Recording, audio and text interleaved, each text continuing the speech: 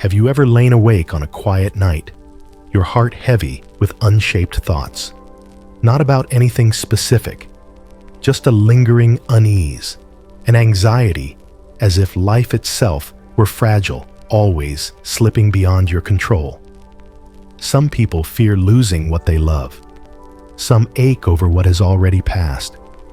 Some can't stop asking, will anything ever last forever? But if you listen closely, deeply, you'll notice life whispers the same truth to all of us. The Buddha called them the 3 marks of existence: impermanence, suffering, and non-self. These aren't abstract philosophies. They are lived realities, things you and I touch every day. A smile that fades, a loved one who suddenly leaves, a quiet question rising inside: who am I in this ever-changing stream of life? Every story in today's teaching will lead you back to these truths, not through intellect, but through human experience. You'll hear of a king in his mysterious ring, a hunter and a singing bird, a soldier brought to his knees by a single bamboo branch, a farmer who said, "Maybe so," and a grieving mother searching for medicine for her lost child. Each story is like a small lamp lighting your path, especially in moments of exhaustion, uncertainty, or quiet fear. Welcome to Buddhism Seeds, a space where together we return to mindfulness and compassion. If today's lesson touches you, don't forget to subscribe, share it with someone you love, and leave your reflections in the comments. Because perhaps what you share will be the lamp for someone else who is lost.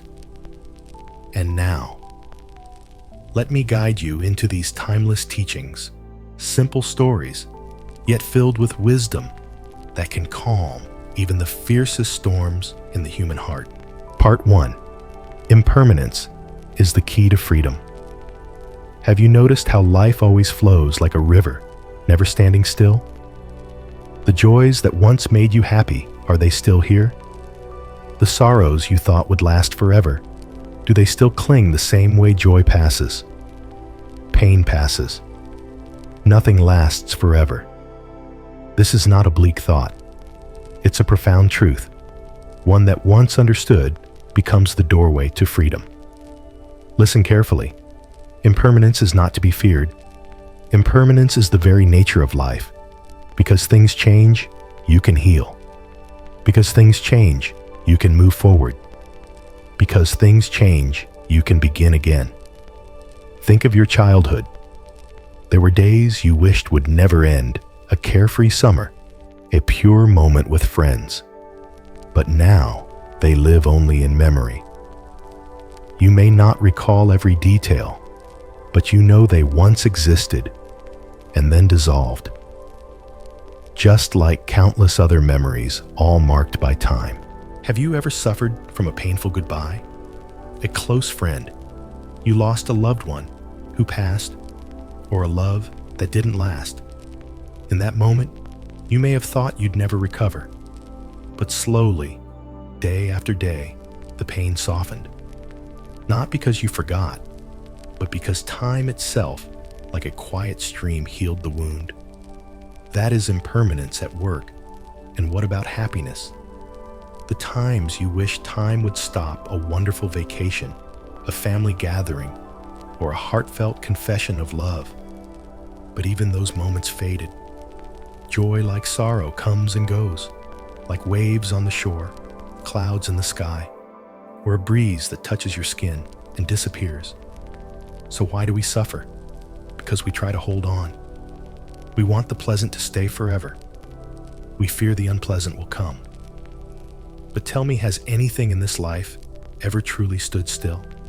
Even your body since birth until now has never stopped changing. Cells shift, emotions shift, thoughts shift. Everything is in motion. Let me share with you the story of a king in search of peace. Long ago, there was a great king. He had everything people could dream of: a powerful kingdom, supreme authority, endless treasures of gold and jewels, and loyal servants at his command. Yet strangely, deep inside, he still could not find peace. Whenever he won a battle, joy filled his heart, but always followed by a quiet fear. How long can I hold on to this victory? He dined on the finest foods, wore the richest clothes, sat on the highest throne, yet his heart remained restless. Joy came quickly, but the fear of losing it crept in just as fast. When sorrow struck, his despair was even greater. A wrong command that cost soldiers' lives, an argument with the queen, troubling news from the border, each incident felt like falling into a bottomless pit. He believed these misfortunes would last forever, that he would never recover, that life itself had turned its back on him. Caught in this storm, between triumph and defeat, joy and sorrow, the king sank into despair. One day, he gathered all the wisest sages of his land and said, "Find me something that can keep my heart steady. Something that whether I am victorious or defeated, joyful or grieving, can help me stand firm without being swept away." The sages fell silent. They knew no object in this world could keep anyone in an unchanging state. But they also understood the king wasn't truly asking for a thing. He was searching for a doorway into awakening. Days passed. Then an old hermit living deep in the forest sent a simple silver ring to the palace. No jewels, no ornate designs, just 4 engraved words. "This too shall pass." When the king saw it, he frowned. This just a plain ring, with words that seemed so ordinary. How could this possibly help me? He laughed bitterly, but kept the ring, wore it on his finger as a test. And then, with time, something began to change. One day, he returned from a glorious battle. The palace erupted in celebration. People praised his name like that of a god. Standing in the midst of cheers, he glanced at the ring. "This too shall pass." Slowly, he walked on, no longer arrogant, no longer intoxicated by victory. Another time, his son fell gravely ill. The entire palace was consumed by worry. The king stopped eating, stopped sleeping, pacing endlessly by the sickbed. Then he remembered the ring. Looking down, he read the small engraving.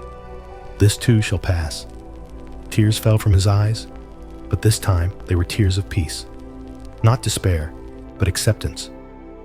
The ring did not change his life circumstances. It did not heal illness, win battles, or erase pain. But it changed how he met life. Whenever joy came, he remembered, "This too shall pass," so he would not grow prideful. Whenever sorrow came, he remembered, "This too shall pass," so he would not fall into hopelessness. And slowly, he was no longer a king ruled by emotions. He became steady, calm, someone who understood that all things are but passing waves. And peace, he realized, doesn't come from stopping the waves, but from no longer being carried away by them. My dear friend, that little silver ring may look simple, but those 4 words, if you carve them into your heart, become a jewel of protection. When life shakes you to your core, whisper to yourself, "This too shall pass," and then you will rise again with more peace, with more clarity, with more freedom. You see, sometimes a single reminder is enough to transform the heart. "This too shall pass" is not merely comfort, it is truth. It is impermanence. And when you truly understand impermanence, you begin to release your grip on what you once clung to. You no longer panic when you lose. You no longer tremble when you love. You no longer live trapped in past or future. You live in the present because you know even this very moment will pass. Impermanence teaches us to cherish each instant. When you know a flower will wither, you look at it more deeply, love it more tenderly. When you know your loved ones won't always be beside you, you speak kinder words, forgive more easily, and show up more fully. Impermanence doesn't weaken love. It makes it profound and meaningful. You may ask, if everything changes, why hold on at all? Exactly. That's where freedom begins. When you no longer tie yourself to fixed outcomes, to fixed people, to fixed states, you begin to live like water. Soft, flexible, unbreakable in the face of hardship. Imagine this. You are standing in the middle of a river. Water flows past your feet. You don't try to hold it back. You don't try to push it away. You simply stand feeling its movement. Each moment is a new stream of water. That is the life of someone who embraces impermanence. And here's the beauty. Living this way doesn't make you cold or indifferent. Quite the opposite. You become gentler, more grateful, more compassionate. You realize everyone changes. Today's anger will fade. Another sorrow is something you've known too. Seeing change in yourself makes you less harsh with others. You begin to care for them because you know they too are struggling in this ever-flowing river. In meditation, the Buddha often guided his disciples to reflect on impermanence through the breath. Inhale here. Exhale gone. You cannot hold it. Each breath is a reminder you are alive, and also a reminder you cannot grasp life. I want you to try this next time you're sad. Whisper to yourself, "This too shall pass." When you're happy, whisper the same. When anger rises, when worry weighs you down, remember, "This too shall pass." Not to deny your feelings, but so you won't drown in them. You feel fully, but you do not become the feeling. You allow it to arrive, and you allow it to leave like clouds drifting across the sky. When you no longer resist the current of life, you are no longer exhausted. When you no longer demand everything to stay, you are no longer disappointed. When you release the expectation that happiness must last forever, you begin to live lightly. You cannot keep a flower from wilting, but you can enjoy its fragrance right now. You cannot hold your loved ones forever, but you can love them fully while they are here. Impermanence is a silent but profound teacher. It doesn't lecture, doesn't demand, yet it is always present in every event, every change, every step you take. The real question is, are you listening? And if you do listen, you will see impermanence doesn't only teach acceptance. It teaches letting go. It teaches love. It teaches you how to truly live in every single moment. You could go your whole life without realizing this. Or you could begin right now, in this very breath. Pause. Breathe. Look deeply. And remind yourself of one truth. Nothing lasts forever. But in that truth lies the doorway to freedom. Part 2. Understanding impermanence. You will love more deeply. Have you ever truly looked into the face of someone you love and wondered if this might be the last time you see them just like this? When you understand impermanence, you no longer love casually or half-heartedly. You love with your full presence, because you know that everything familiar today could vanish tomorrow. The person you live with, share meals with, talk to every evening, they will not always be there, as if by guarantee. None of us is promised a tomorrow, and that is why today, this very moment, is a gift. When we are young, we often believe we have plenty of time. We think I'll call mom tomorrow, or I'll visit dad next week. But then suddenly a door closes. A phone call brings news of loss. And in an instant, the chance is gone forever. And you find yourself wishing you had stayed a little longer that day. Wishing you hadn't ignored that call. Wishing you had hugged tighter, spoken kinder, or simply listened with your whole heart. You see, understanding impermanence doesn't make people pessimistic.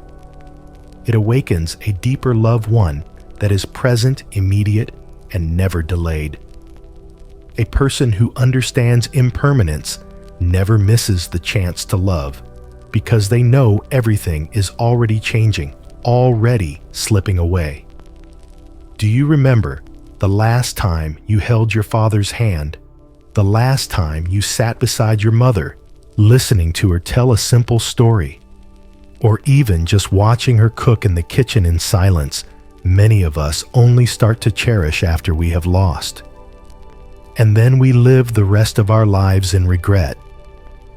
I don't say this to make you sad, but to wake you up. Because that awakening is what brings you back to reality, where your loved ones are still waiting for you to truly see them, to truly hear them, to truly love them. Every hug, every glance, every shared laugh, these are sacred rituals of presence. Nothing is ordinary when seen through the lens of impermanence. Even a simple touch of the hand could be the last. And that is what makes it a treasure. When you hold someone's hand with that awareness, you are no longer distracted, no longer elsewhere. You are fully there. I've seen so many people, after losing someone, rush to find old photos, reread old messages, replay old voicemails. And then they cry, not only from grief, but from the realization of how careless they once were when they still had the chance. Don't wait until you are left with memories before you learn how to be present. We are often pulled into the whirlpool of work responsibilities and stress. But the truth is, you don't know how much time you have left to love. And the person you love doesn't know how much time they have left to be here with you. When you realize this, you begin to live as if every moment could be the last. And strangely, when you live this way, everything becomes more alive. A simple meal with family becomes a feast. A walk with your partner becomes a pilgrimage of the heart. You'll speak more sincerely. You'll look more deeply into someone's eyes. You'll apologize sooner, forgive faster, and love more unconditionally. I once heard a man share the story of his last day with his father in the hospital. His father was dying, unable to speak. The son held his hand, wept, and whispered, "I'm sorry I was always too busy. Sorry I didn't come sooner. Sorry for the times I made you sad." Those late tears may bring comfort to the one leaving, but they weigh heavily on the one left behind. Impermanence is not a threat. It is a reminder. A reminder to come back to live fully in the present, to love wholeheartedly with what is still in your hands. If you've argued with someone, yet your heart still cares for them, don't wait. Call them. Say what you truly mean. Don't let pride silence your love, because pride will remain, but they may not. Some people leave without a chance to say goodbye, and some live their whole lives haunted by the words they never said. Each morning, you wake up. If you can still see the sun, hear the voices of loved ones, feel the warmth of an embrace, you are living in a miracle. Don't wait until you lose it to realize it was magic all along. Someone who understands impermanence cherishes each breath. They don't need a special reason to feel grateful. The fact that they are still here alive, that alone is reason enough to live kindly. I know it's not always easy to be present. There are days you feel tired, scattered, empty. But even then, you can return. Return with a gentle word, a genuine look, a small mindful act of love. You don't need grand gestures to prove your love. Sometimes it's enough just to sit together in silence, to listen fully, to live side by side completely in each moment. Ask yourself, if tomorrow they were gone, what would you regret not saying? What would you regret not doing? If anything comes to mind, then today is the best time to begin. Don't let busyness steal your presence. Don't let a phone screen pull you away from the person sitting right beside you. Don't let worries of the future make you forget the person waiting for your smile in this very moment. Impermanence is a truth. And when you accept it, you stop wasting time on resentment, on blame, on pride. You begin to forgive more quickly, love more deeply, and live more kindly. Because the truth is, none of us ever knows which moment will be the last. Part 3. Impermanence in the body. Not something to fear. My dear friend, have you ever looked at your reflection in the mirror and felt a quiet shock, not because of beauty, but because of the marks of time appearing little by little, a wrinkle at the corner of your eye, a dark spot on your cheek, a silver strand of hair you don't know when it appeared? One day, you suddenly realize this body, the body that once felt strong, flexible, and carried you through countless challenges, is slowly changing. And maybe you feel afraid of aging, afraid of illness, afraid of losing what once felt so familiar. But if you are walking the path of awakening, fear is not the place to stop, because the changes of the body are the most visible reminder of a truth the Buddha taught: impermanence. Impermanence means nothing is fixed. Everything that is born will change, grow old, and eventually dissolve. Not just emotions, jobs, or relationships, but even this very body. From the moment of birth, it already carries the seed of its own decay. It sounds sad, doesn't it? But actually, impermanence is what makes life meaningful. If you live forever in an unchanging body, would you truly appreciate each breath? If every day was exactly the same with nothing lost, would you be able to sense the beauty of existence in this fleeting moment? The body is like a clay pot. On the outside, it may look sturdy, painted with beautiful designs, but its nature is fragile. In the same way, you may exercise, eat healthy use, expensive cosmetics, but you cannot change the truth of this body. It is moving day by day toward aging, weakness, and dissolution. And yet, because you know this, you can live more fully. The body is like a lotus flower. It blooms and it fades. But while it is in bloom, it can spread fragrance and bring beauty to the world. Your body is the same. While it exists, you can use it to love, to serve, to do good, not to complain, not to drown in worry at every sign of change, but to see clearly and to choose to live with more kindness toward yourself and others. Do you see? The fragility of the body is actually the key that brings us back to mindfulness. If you thought you would live forever, you would delay love. You would grow quick to anger, careless, dismissive of what matters. But when you know this body may not be here tomorrow, then every word, every action, every hug, every meal becomes profoundly precious. Impermanence is not something to fear. It is a truth to awaken you. A gentle reminder you cannot control everything, but you can choose how you live each moment. I remember once watching an elderly woman come to a monk. She sat down, eyes red, her voice trembling. "Venerable sir, I just learned I have a serious illness. It feels like my body has betrayed me. I've lived kindly for so many years. Why is this happening? I am so lost." I expected the monk to comfort her, to say something to ease her pain, but he simply looked at her with compassion and said softly, "Your body hasn't betrayed you. It's simply doing its job, changing.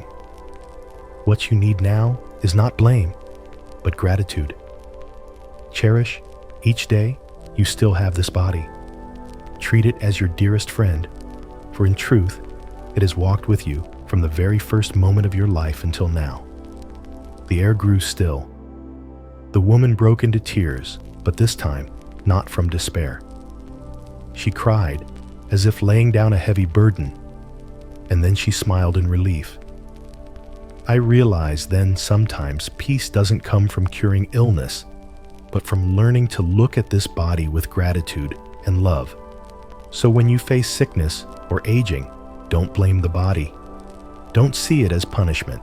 See it as an invitation to return to yourself, to live more deeply, to remember that this body is only a part of you, not the whole of you.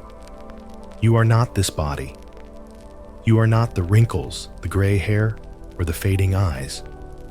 You are the awareness watching these changes. You are the heart that can hold every emotion, from the sorrow of lost health to the joy of still seeing the sunrise each morning.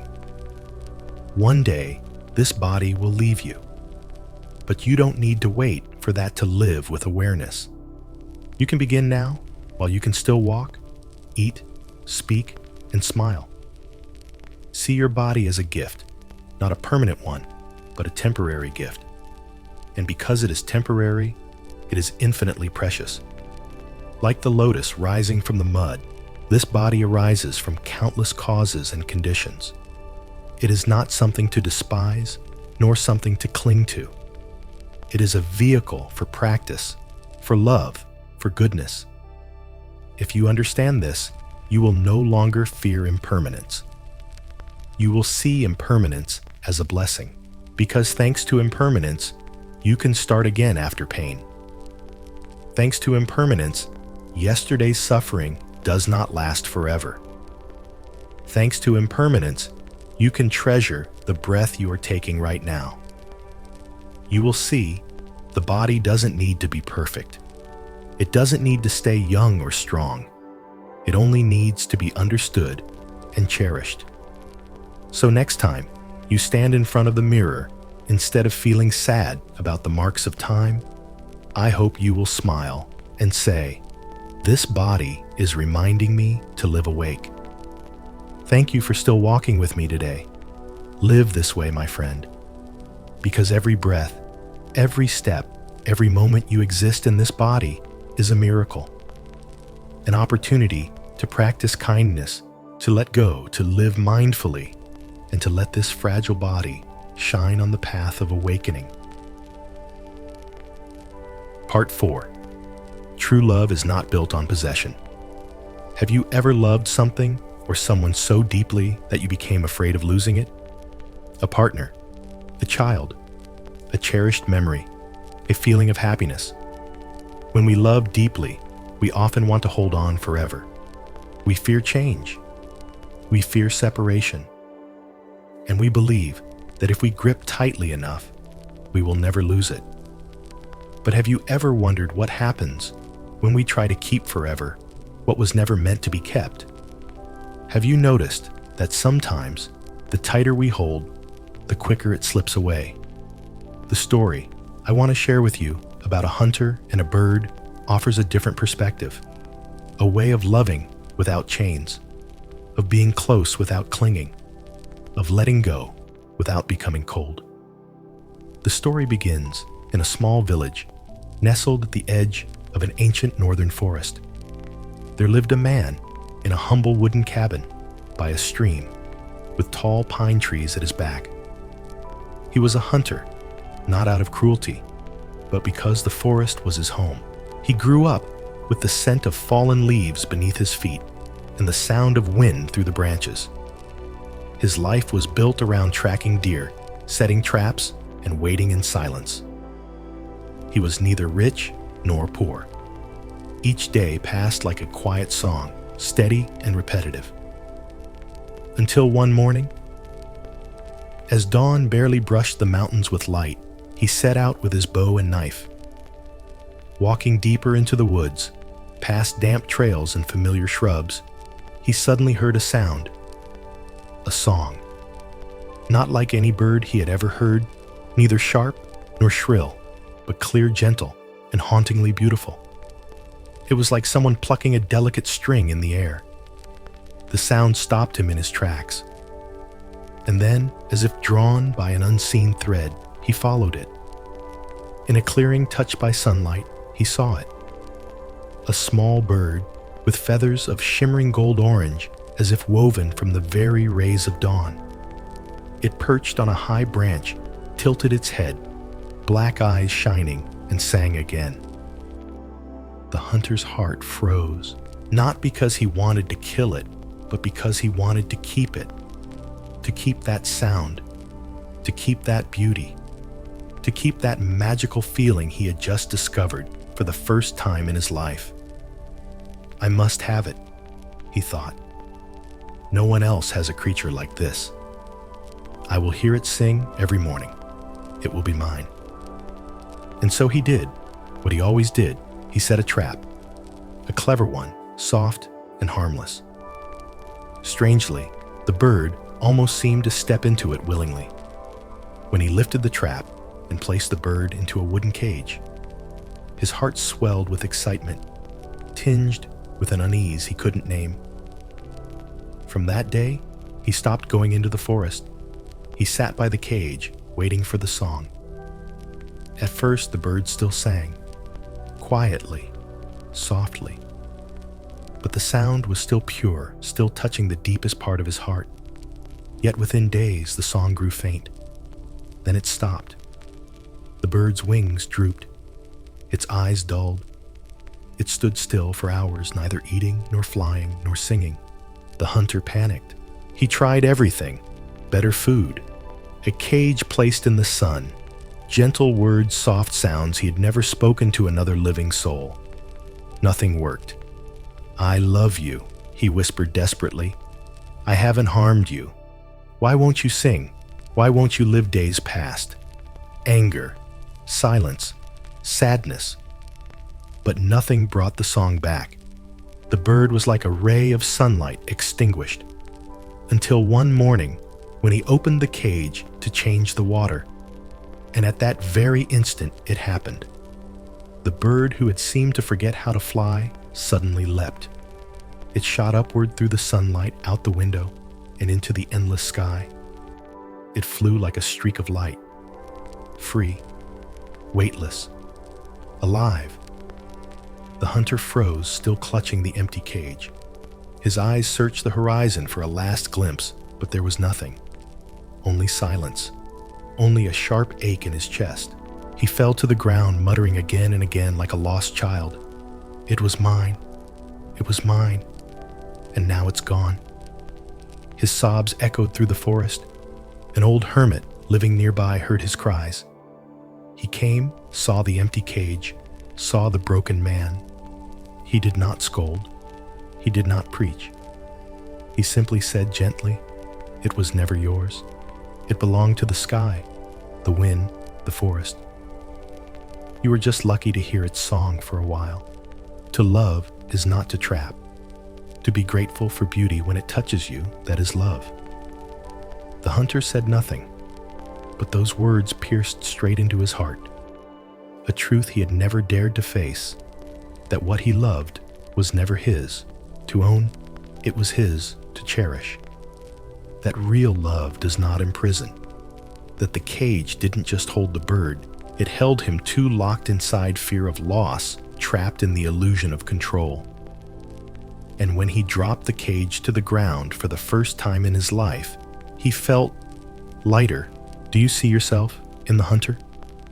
Have you ever thought, this person is mine? This happiness is mine. This feeling will last forever, and then felt your heart break when life proved otherwise? The truth is, love is not about holding tight. Love is about cherishing while you walk together and letting go when the time comes. The bird did not stop singing in the cage because it hated the hunter. It stopped because freedom was its very nature. Just like everything in life, love, happiness, people, they all need space to breathe. When you try to control, to confine, to clutch too tightly, you suffocate what you love most. Have you ever watched a sunset? It's beautiful because it doesn't last. It makes you pause, admire, and give thanks because you know it will fade. If a sunset lasted forever, you would stop appreciating it. Impermanence is what makes moments sacred. Love is the same. When you realize someone will only walk with you for part of the journey, you love them differently, more deeply, more gently, with fewer demands. You stop insisting they be this or that, and instead, you choose to be fully present while they are here. I am not telling you not to love. I am not telling you to be indifferent. I am inviting you to love with open hands, not to lose, but to truly treasure. Because nothing belongs to you forever. And precisely because of that, everything you have today is more precious than ever. The hunter, after this experience, never trapped birds again.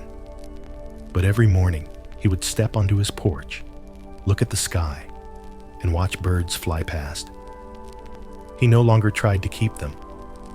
He only smiled quietly, sending gratitude to a memory that gave him the greatest lesson in love. And you, after hearing this story, may also be thinking of someone or something you once could not let go. I am not telling you to forget. I am inviting you to look again with a wider, lighter heart. Because sometimes the deepest love is when you say, "Thank you for being here, and if you must go, I will not cling." In letting go, you will feel lighter, not because you lost, but because you understood. You understood that true love is never about possession. It is about awareness, gratitude, and acceptance. And here is the miracle. When you stop trying to hold on, what is meant to stay will stay. Not because you forced it, but because it freely chose to remain by your side. So love, cherish, but don't put what you love into a cage. Let it fly. And if it comes back, it is a gift. And if it doesn't, you still hold the greatest treasure of all, a heart that knows how to love without chains. Part 5. Suffering begins when we resist the truth. There's a very simple story that carries a profound lesson. The story of a soldier who, while marching through the mountains, became furious at a single bamboo branch blocking his way. It's said that during a long campaign through wild mountain forests, there was a young soldier, tall, strong, drenched in sweat, and drained in spirit. With his unit, he crossed slippery slopes, jagged streams, and thick underbrush to reach a rally point deep in the northern woods. He was used to confronting things, enemies, exhaustion fear. He'd been trained to control, to command, to make everything go according to plan. And he was good at it. Then one afternoon, as clouds gathered, the squad entered a narrow path, a rock wall on one side, a dense bamboo grove on the other. Every step required ducking branches, weaving through stalks, and slipping past roots tangled across the trail. And then it happened. A bamboo branch, not large, but jutting out at chest level, kept slapping against him each time the wind blew. At first, he simply pushed it aside. But the branch, as if it had a will of its own, sprang back every time he passed. Not once, but twice, 3 times 4, like a taunt. He frowned. Then he stopped. In the middle of the path, amid the crunch of his comrade's footsteps ahead, he turned to face the bamboo branch. "Get out of my way," he barked, as if shouting at an enemy. He yanked the branch hard to the side, trying to hold it there. But when he let go, it snapped back lightly, but decisively, smacking him in the face. His anger rose. He grabbed the branch again, harder this time, pulled it farther over, held it for a few seconds, then released. It snapped back again. Jaw-clenched eyes, red chest heaving. The bamboo had done nothing wrong. It had no intentions. Yet this battle-tested soldier, now found himself challenged by a mindless twig. Through gritted teeth, he burst out furious and choking on pride. "Why won't you stay still the way I want?" The forest said nothing. Only the wind moved through, tipping the branch again as if laughing at the hopeless illusion of control. He stood there a few seconds, then quietly let go. Years later, after leaving the army, he told this story to friends in a small city cafe. He laughed softly, with a hint of self-mockery. "I used to think I could control everything. Maybe that bamboo taught me my first lesson in letting go." The truth is, most of us have been that soldier. We step into life carrying a pack full of expectations. People should understand us. Work should flow smoothly.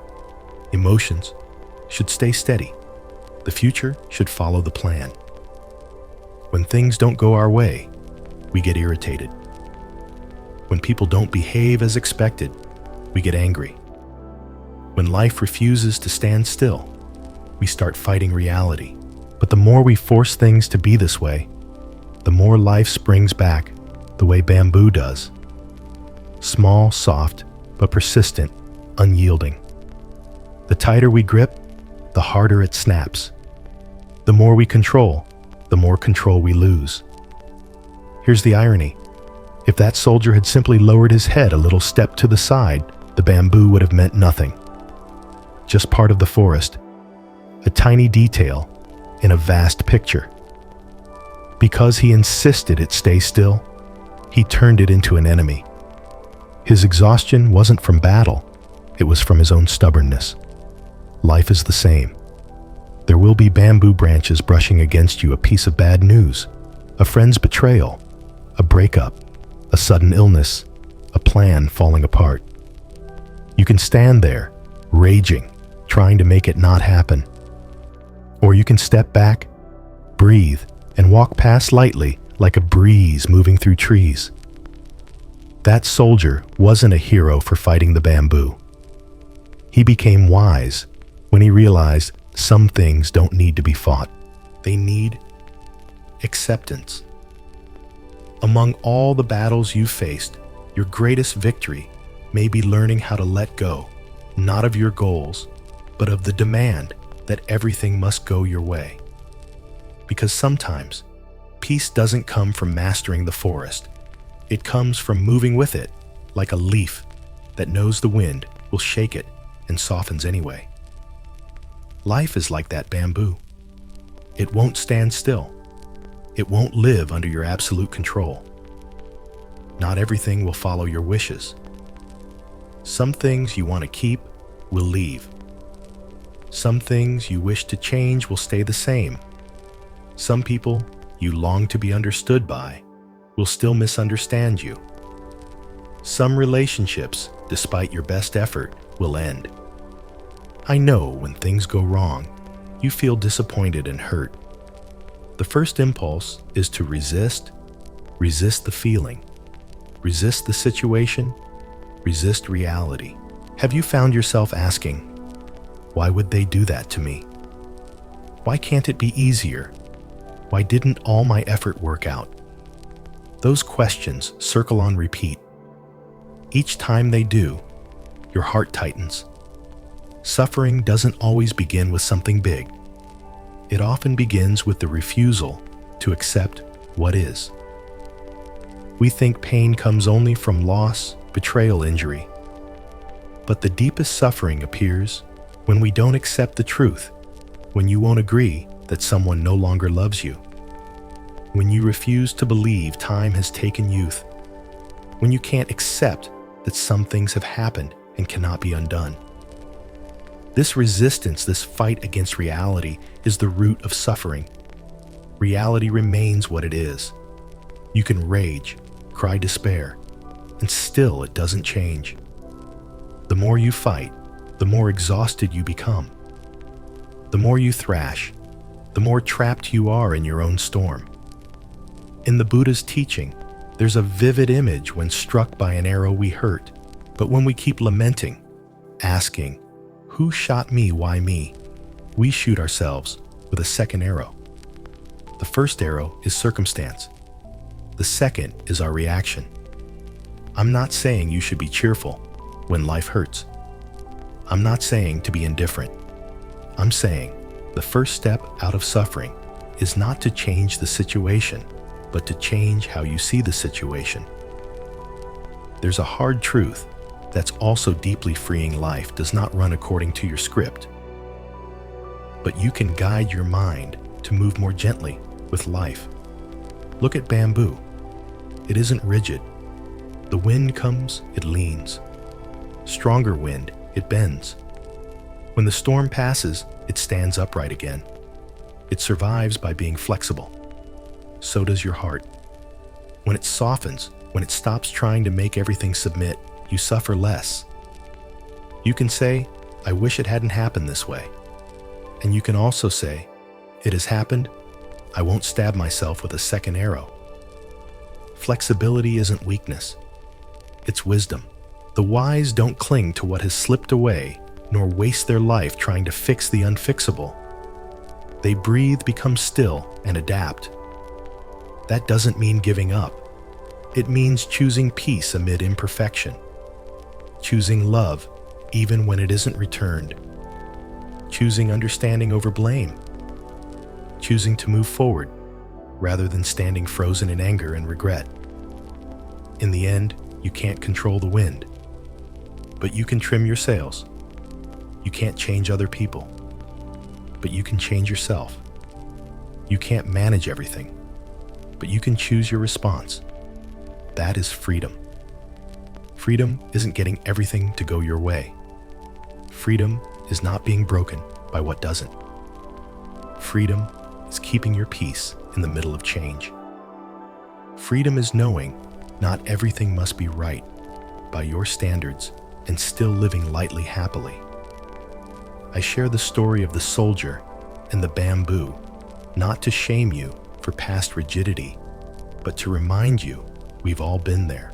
And if you learn to pause, let go of what cannot be, your heart will grow lighter. So if you're struggling today, don't force yourself to forget. Don't pretend you're fine. Breathe. Look honestly at what is. Then ask yourself, am I hurting because of what happened, or because I refuse to accept that it happened? That question might be your first step out of suffering by ending the fight with the truth. When you stop resisting, you finally begin to live. Part 6. Suffering is the doorway to compassion. Have you ever been struck silent by a sorrow so heavy you couldn't even name it? A loss so deep that no matter how much comfort others offered, your heart still felt like it was carrying an entire stormy sky inside. I know in those moments, no advice sounds right. No philosophy can soothe a heart that feels broken and bleeding. And yet, it is in those very moments, when you come face to face with the full depth of your suffering, that something miraculous can happen. Compassion is born from your own pain. When you suffer, you begin to see that others suffer too. When you lose, you understand the emptiness in the eyes of a stranger who just lost their mother. When you feel powerless, you stop judging others for being weak. When you yourself have knelt in the dark night, you can never laugh at someone else crying quietly in the corner.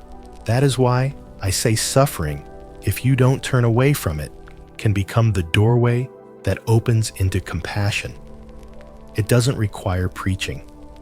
It doesn't require reasoning. It only requires that you feel. Feel your own pain so that from there you can recognize the pain of others. And then your suffering is no longer just personal. It becomes a bridge between your heart and the heart of humanity. Do you remember the story of Kisagotami? Long ago, there was a young woman named Kisagotami. She lived in a small village and had just become a mother for the first time. Her child was her light, her breath, her everything. Every smile, every cry, every tiny hand gripping hers expanded her heart in ways only parents can understand. And then tragedy struck. Her baby died suddenly in an accident. No illness, no warning. Just one moment, and her entire world collapsed. She did not cry like other mourners. She did not hold a funeral. She refused to believe her child was gone. She clutched the lifeless body and ran through the village begging for help, pleading with neighbors to heal her baby. Everyone looked at her with pity, but all shook their heads. There was nothing they could do. At last, someone told her, "Go to the Buddha." At the sound of his name, a faint hope flickered in her heart. She carried her child to the Buddha, desperate for a miracle. But the Buddha did not offer comfort. He did not deny her grief. He simply said, "I can help you. But first, bring me a handful of mustard seeds from a household where no one has ever died." Immediately, Kisagutami went from house to house. Mustard seeds were easy to give. Everyone had them. But when she asked, "Has anyone died in this house?" the answers were always the same. "Yes, my grandfather passed away last year. Yes, my son died in the war. Yes, my wife died from illness. Yes, my father died when I was a child." Every house had known death. She went from one end of the village to the other, asking the same question, hearing the same truth. The more she walked, the more she understood. No one escapes loss. No one lives untouched by suffering. When the sun set, Kisagutami stopped. Not because she was tired, but because she no longer needed to continue. She had received the Buddha's teaching not through words, but through experience. When she returned, she was no longer carrying her child's body. She was no longer frantic, no longer screaming. She was quiet, calm, and deeper.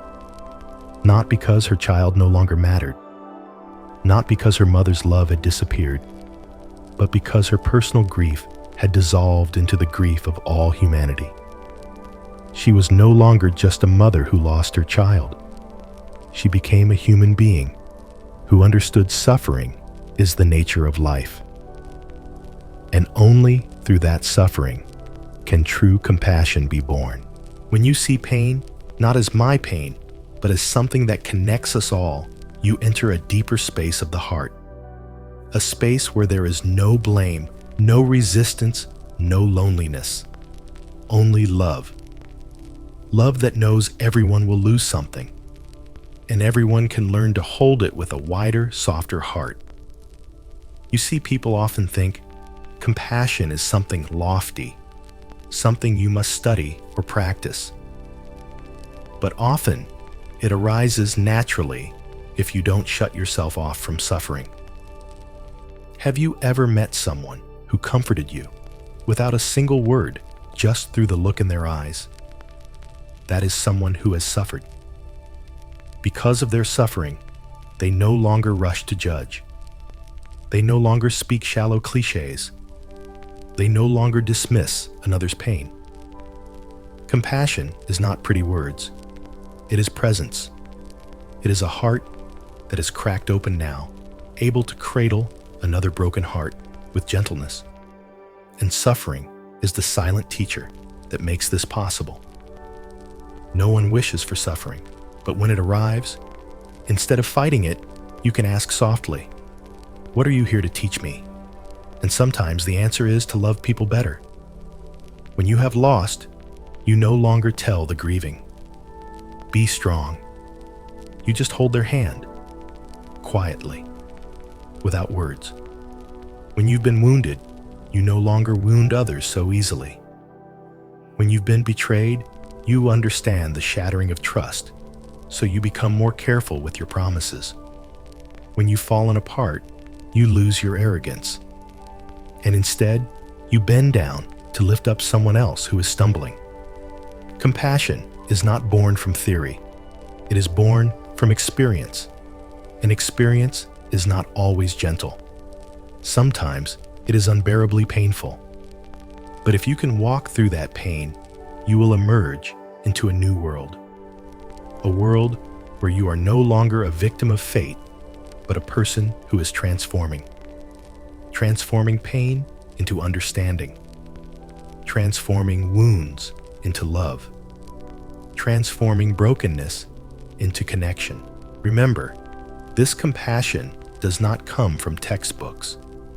It comes from how you walk through your own pain. You don't need to force yourself to be kind or selfless. Just be honest with yourself.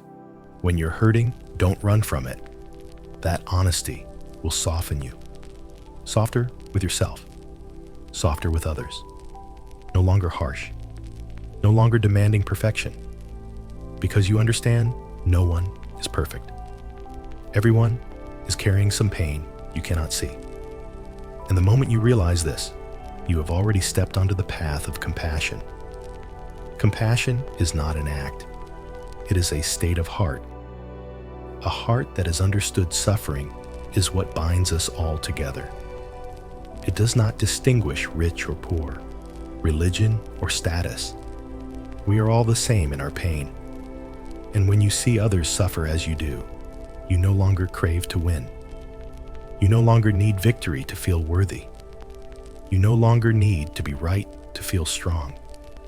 You only want to soften. And in that softness, you discover true strength. Because the strongest person is not the one who never suffers. It is the one who has suffered and still keeps their heart open. Open even with scars. Open not because everything is fine, but because you've accepted that life does not need to be perfect for you to love. You don't need to wait until pain ends to be compassionate. You can be compassionate in the very midst of pain. And that compassion has the power to heal. Part 7. Suffering is a teacher, not a punishment. Have you ever wondered why you still feel an emptiness inside, even while laughing among loved ones? Have you ever found yourself surrounded by what the world calls happiness, a stable family, a good job, loyal friends, yet deep within there lingers a quiet crack, a subtle ache that makes you feel unsteady? That's not strange at all. The Buddha gave this a name, dukkha, suffering. But suffering here is not only sorrow, loss, or tragedy as we usually think of it. In the light of the Dharma, suffering also means restlessness, incompleteness, the inability to hold on to anything even when life seems full and perfect. You may be on a beautiful vacation, yet your mind worries about work next week. You may be in love, yet feel uneasy at the thought that one day your partner could leave. You may have just achieved something great, but only days later feel strangely hollow, as if the joy has already faded. That is the nature of life. Suffering is not always loud or violent. Sometimes it comes quietly hidden beneath smiles, wrapped in the clothing of peace. But if you listen closely to your own heart, you'll feel that subtle trembling inside. The important thing to understand is this: suffering is not a punishment. The Buddha never said people suffer because they are bad or sinful. He taught that suffering is simply a truth, a part of life, just as light comes with shadow and winter follows summer. Suffering doesn't come to break you down, but to help you learn how to rise. Every pain is a gentle reminder. My child, look deeper. Come back to yourself. Pause for a moment and ask what truly brings you peace. When you begin to see suffering as a teacher, life opens up in a completely different way. You stop blaming circumstances or people. You stop asking, why me? And start listening for the lesson hidden inside each experience. When you are rejected, rather than drowning in bitterness, you can ask, what expectation was I holding on to? Why does this rejection hurt so much? When you are misunderstood, you can pause and ask, Am I clinging too tightly to the need to be seen correctly? What part of me is still seeking approval? When someone leaves, rather than collapsing in grief, you can ask, did I place all my happiness in this one person? Did I forget that everything is impermanent? These questions are not meant to wound you further. They are meant to reveal what you cling to, what you hide, what you avoid facing. And in that process of listening, observing, and understanding, you step onto the path of awakening. You stop seeing suffering as an enemy and start seeing it as an old friend who has come to teach you something precious. Think about it. If life were only joy, would you ever learn patience, compassion, or the art of letting go? If you had never been lost, how could you recognize the value of finding your way home? Suffering does not mean you are failing. It only means you are alive. And to live is to be scratched, shaken, and sometimes broken like an autumn leaf that must eventually let go of the branch. Remember, this suffering is a mirror. It reflects back what in your heart is still tangled, still wounded, still unhealed. Only when you dare to look into that mirror can the journey of transformation begin. So when sorrow comes, don't rush to escape it. When hardship strikes, don't be quick to blame yourself or life. See it instead as an invitation to turn inward to hear the quiet voice of wisdom within. You don't have to be strong all the time. You only need to be honest. Honest with your pain, honest with what you feel. And from that honesty, healing begins. So instead of asking, why am I suffering? Try asking, what is this suffering here to teach me? You will discover that inside your pain is a seed of awakening. Inside, the darkness is a tiny light waiting to be kindled. And sometimes, the moment you pause and truly look into your suffering is the very moment your life begins to change.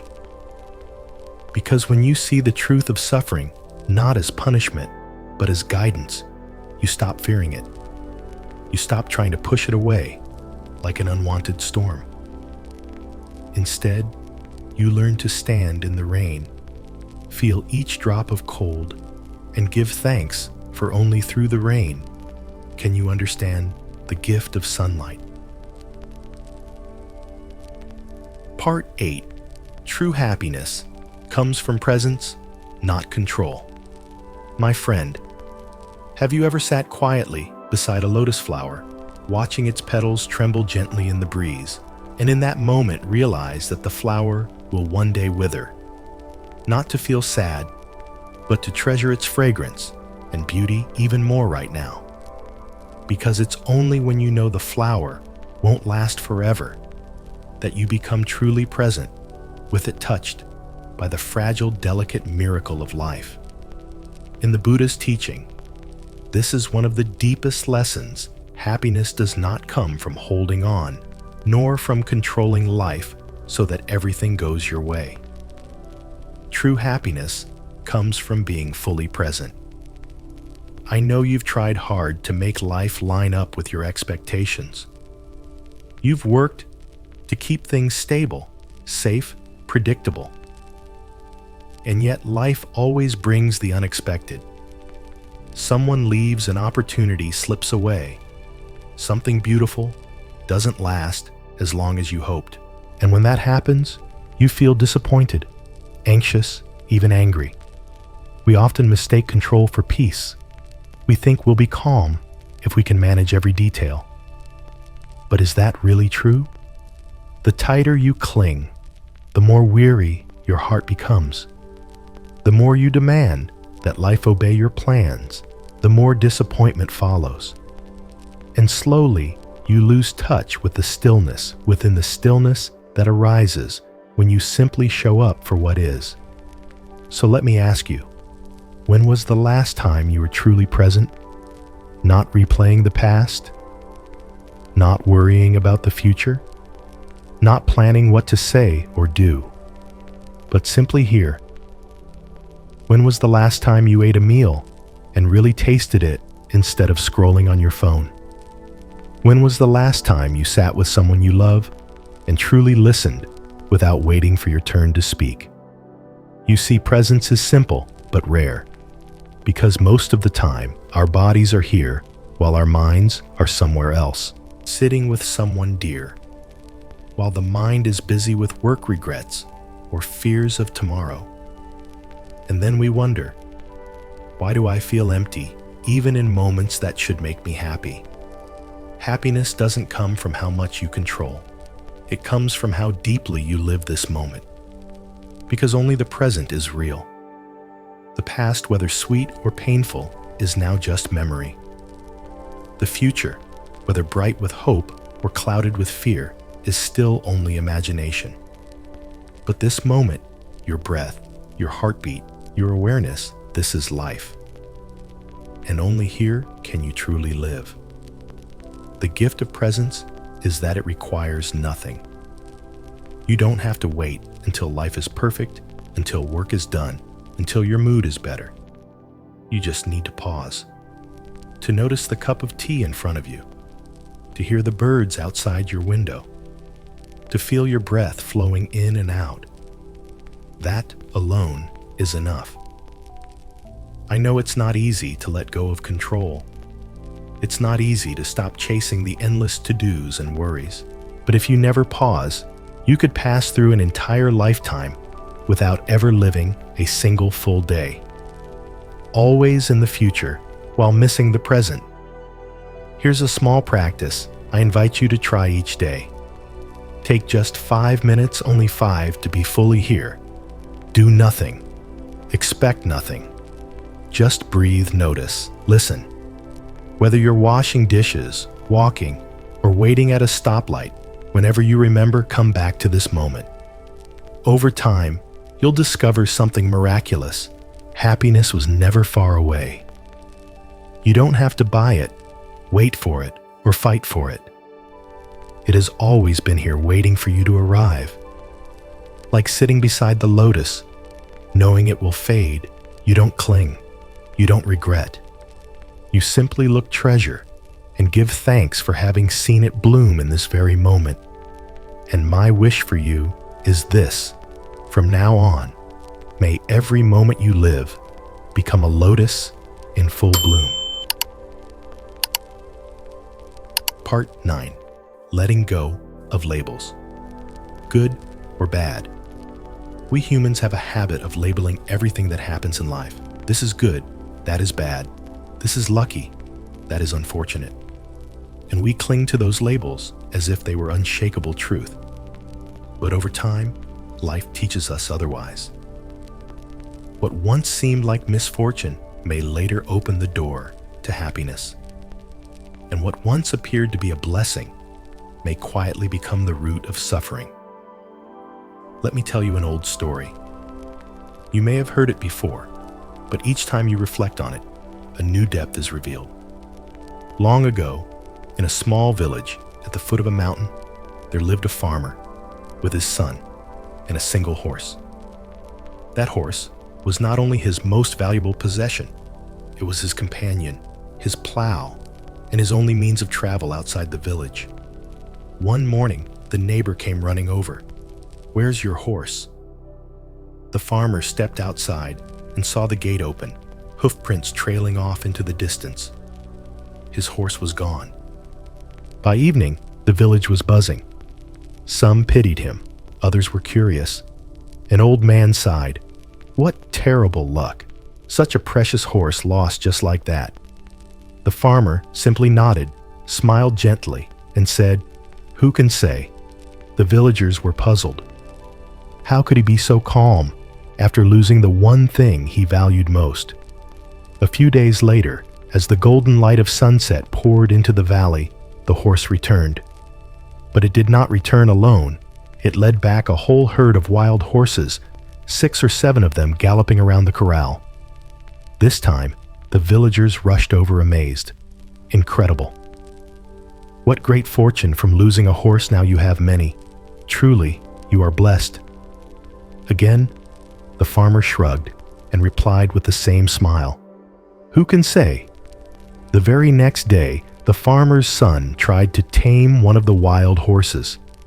He was thrown to the ground, breaking his legs so badly that he could not walk. The neighbors gathered once again, their eyes filled with pity. How unfortunate. If not for those horses, your son would not be injured. Sitting by his son's bed, the farmer only said, "Who can say time passed?"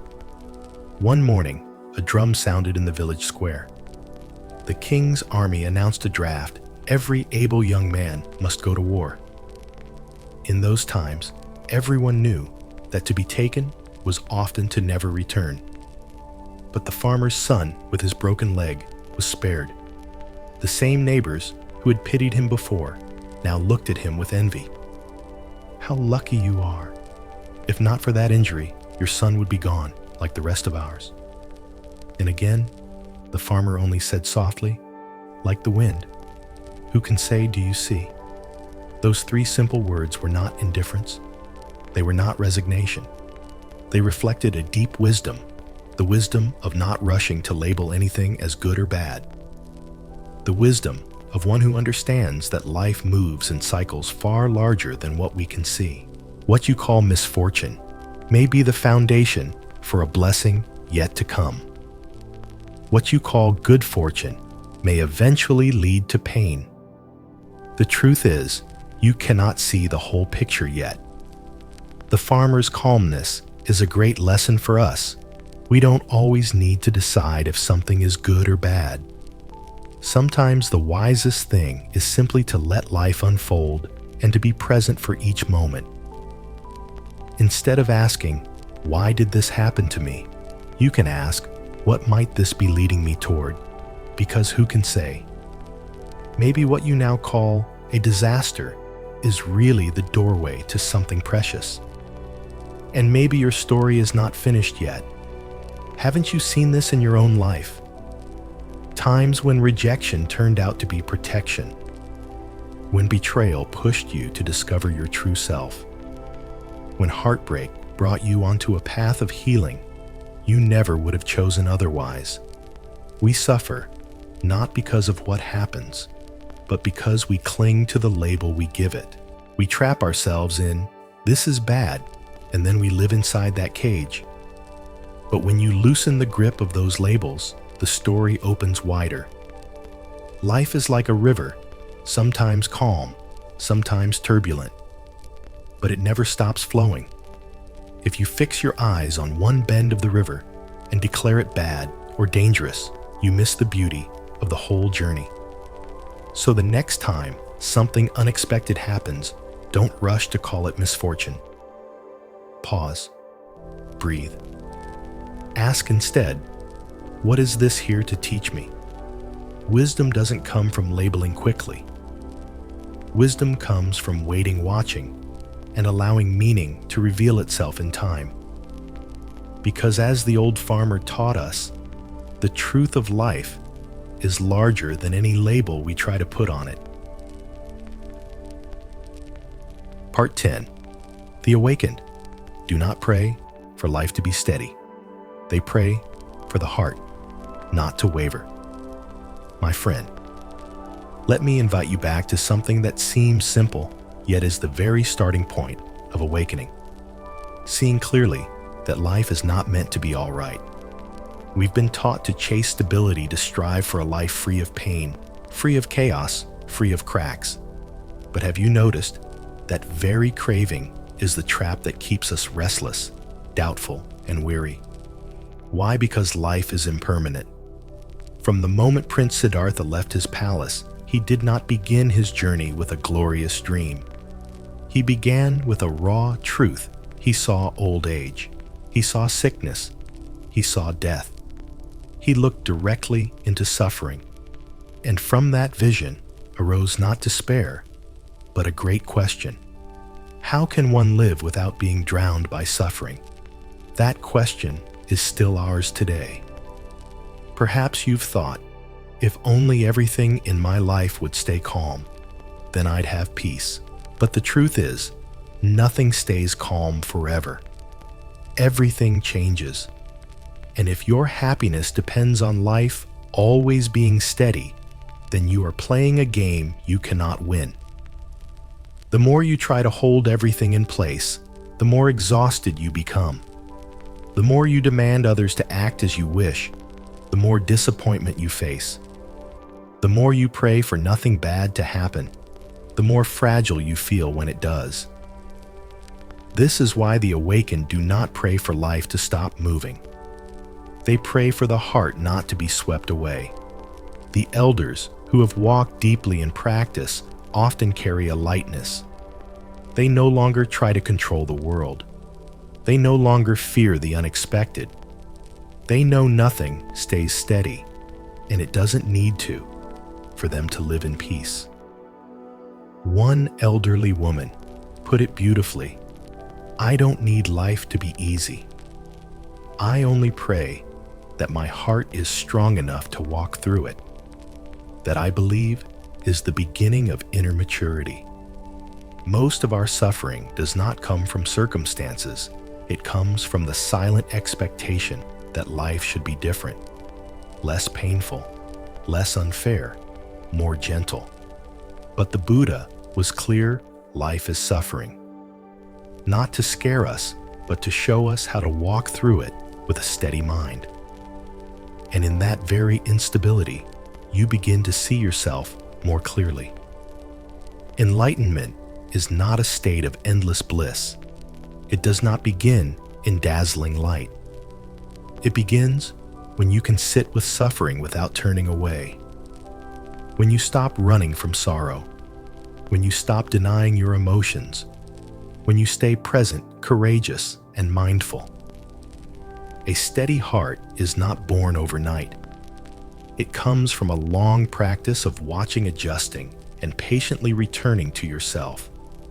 Not by praying that the storm never comes, but by learning how to ride the waves without drowning.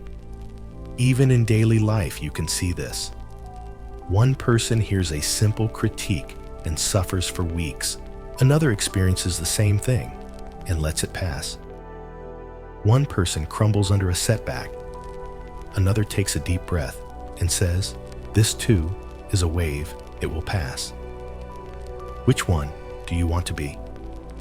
You don't need to become enlightened overnight. You only need to start where you are. When your mind wavers, instead of reacting, pause, breathe. Ask yourself, what is pulling my mind away right now? With practice, you will find your mind becoming a safe harbor, not because life has stopped tossing, but because you've learned how to steer. Like a leaf floating on water, it rests not because the lake is still, but because it has learned how to ride the ripples without resistance. The awakened do not avoid life.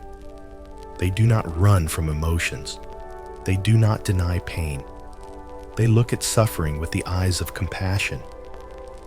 And when you do this, nothing in life can completely break you anymore. I know there are days when all you want is quiet. You don't long for riches. You don't need perfection. You just want one day without worry. But if you wait for the world outside to be calm before you are calm, you may wait your whole life. Instead, begin with the practice of not shaken in the midst of shaking. Begin with the mind, with one breath, with one pause. Then you will see something wondrous. You don't need the world to stop spinning in order to find peace. You don't need everyone to understand you in order to be compassionate. You don't need life to go your way in order to walk wisely. That is the path of awakening. Not to pray for life to be smooth, but to pray for a heart steady enough to stand in the storm. Not to wish for roses without thorns, but to wish for the strength to walk through thorns without hatred. Not to crave special favor, but to crave clarity so you are never deceived by life's illusions. Awakening doesn't begin in brilliance. It begins in honesty with the courage to face suffering. And when you dare to look light begins to seep in. True peace has never come from the outside. It begins in the heart that no longer wavers. So if these words touch something tender in you, if they land where your heart feels shaken, I invite you to keep walking with us. Subscribe to Buddhism Seeds. Like this video to spread its message, share it with someone who needs a light in their darkness, and leave a comment below about what has shaken your heart most deeply in life. Because perhaps your sharing may be the light that guides someone else home.